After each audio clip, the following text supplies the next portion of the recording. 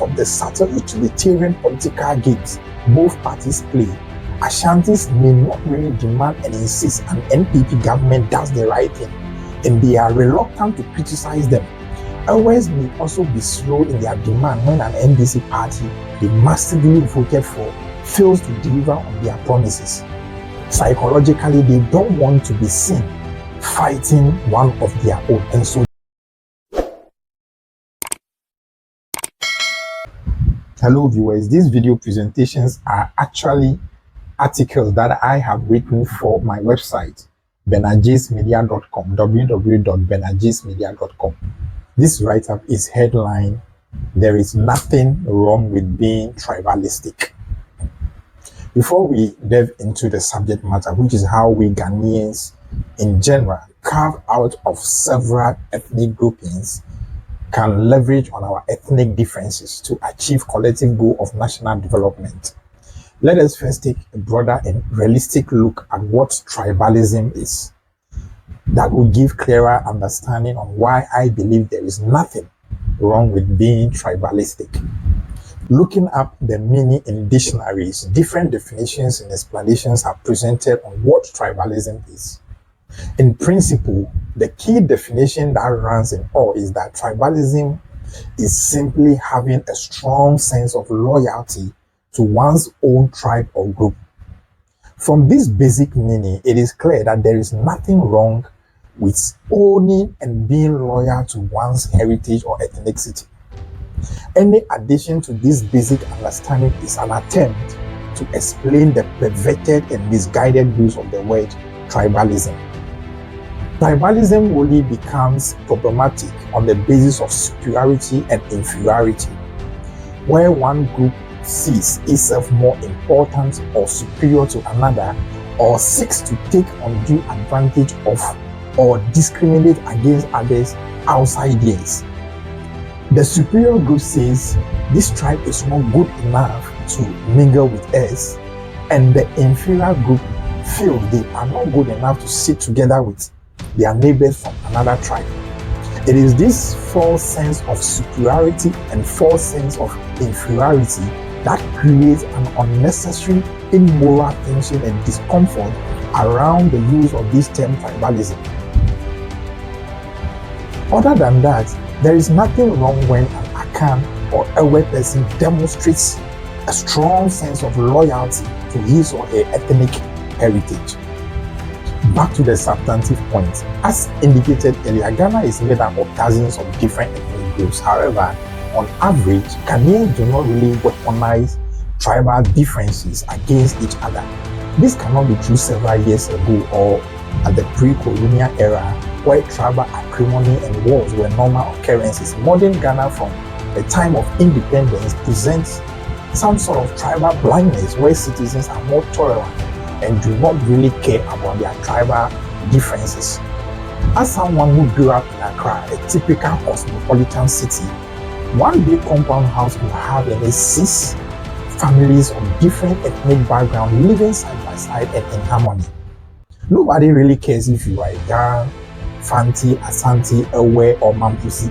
However, you cannot always escape as an Aibe person, so to say, the stereotype of how Ewes enjoy voodoo or juju and how they harm others through this practice. Some even discuss how bad it is to marry from the Ewe tribe. I relocated to a typical Akan land because of work, and I was surprised to see many Akan ladies married to Ewe guys. And now of them are my own colleagues. The most interesting aspect is that should anyone try to run the usual commentary of how bad Ewes are, most of the ladies will jump to the defense of their Ewe husbands. They usually begin like this: as for my husband, he is caring, the best husband, among other nice things to see. Clearly, Ghanaians are not really tribalistic in the bad sense of the word. Boarding school systems, city of universities, bringing together many young Ghanaians from every corner of the country, and widespread inter-tribal marriages contribute to lack of serious tribal bigotry among the newer generation. Subheading: Tribal politics. The only people who love the idea of tribal strife and wield it as a weapon as some of our politicians or the political class. The only time Ghanaians are constantly reminded about tribal differences is when there is an impending national election. Divide and rule has been a vital tool in the hands of misguided men to take and consolidate power. This had been a norm in ancient period of Alexander the Great, and it is as modern as many ongoing conflicts around the world. In desperate quest to capture or maintain power, politicians in Ghana do not shy away from deliberately stoking tribal sentiment to help their cause. Some do it more aggressively than others.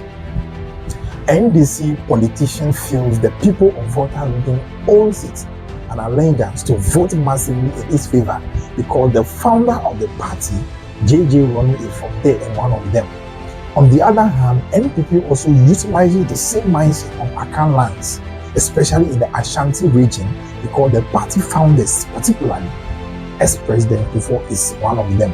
In every election year, the Volta region is proudly known as the World Bank of the NDC, and the Ashanti region is normally tagged the World Bank of the NPP, but strangely enough, these two regions hardly receive the tag the Development Bank of both parties.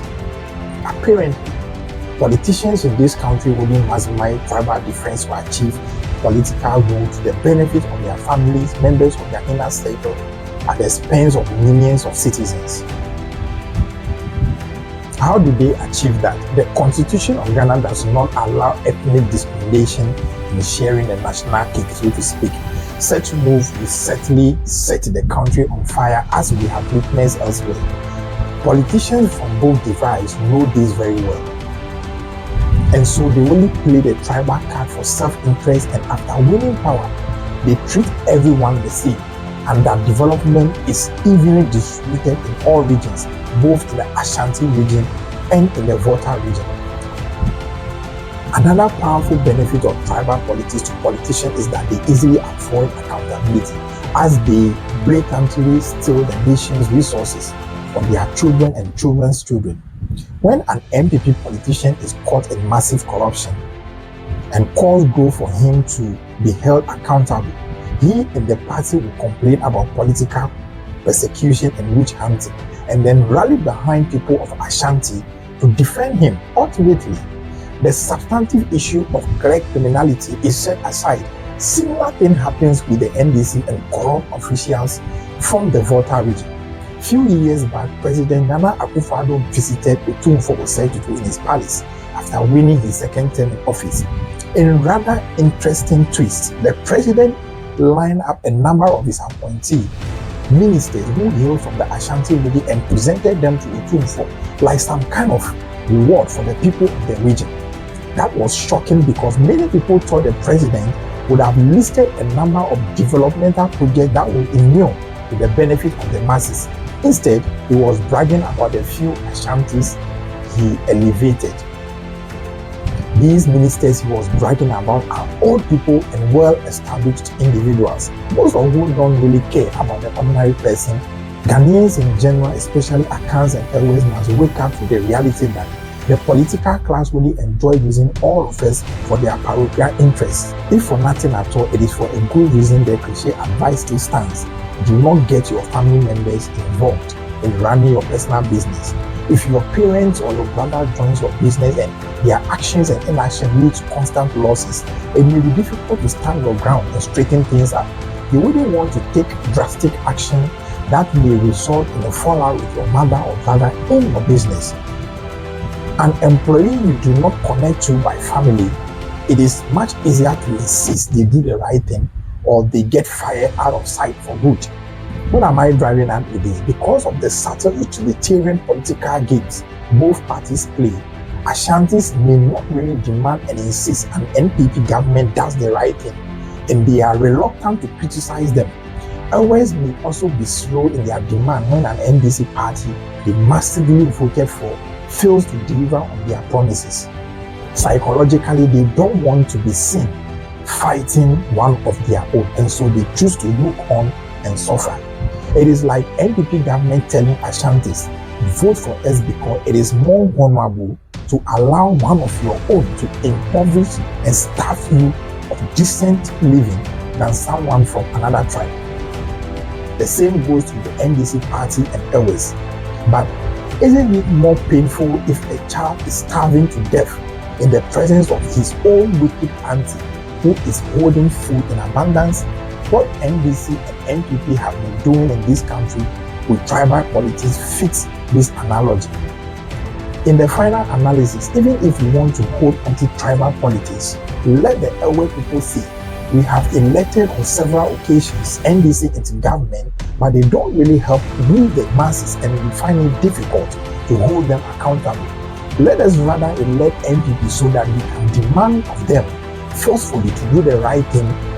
The people of Ashanti will also come to the same conclusion of NPP and seek to elect NDC into power and demand them to deliver the better Ghana they always promise. In conclusion, Ghanaians of different ethnicity must appreciate their unique harmony and diversity and stop crook politicians from exploiting tribal differences only in an election time for their selfish, wicked gains. After election, they treat the masses of Ewes and Ashantis the same, no meaningful development.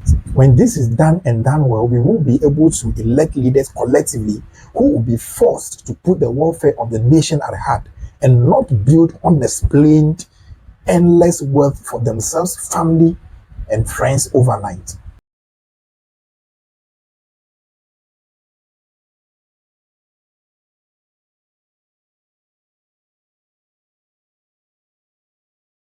Thank you. Subscribe and follow us.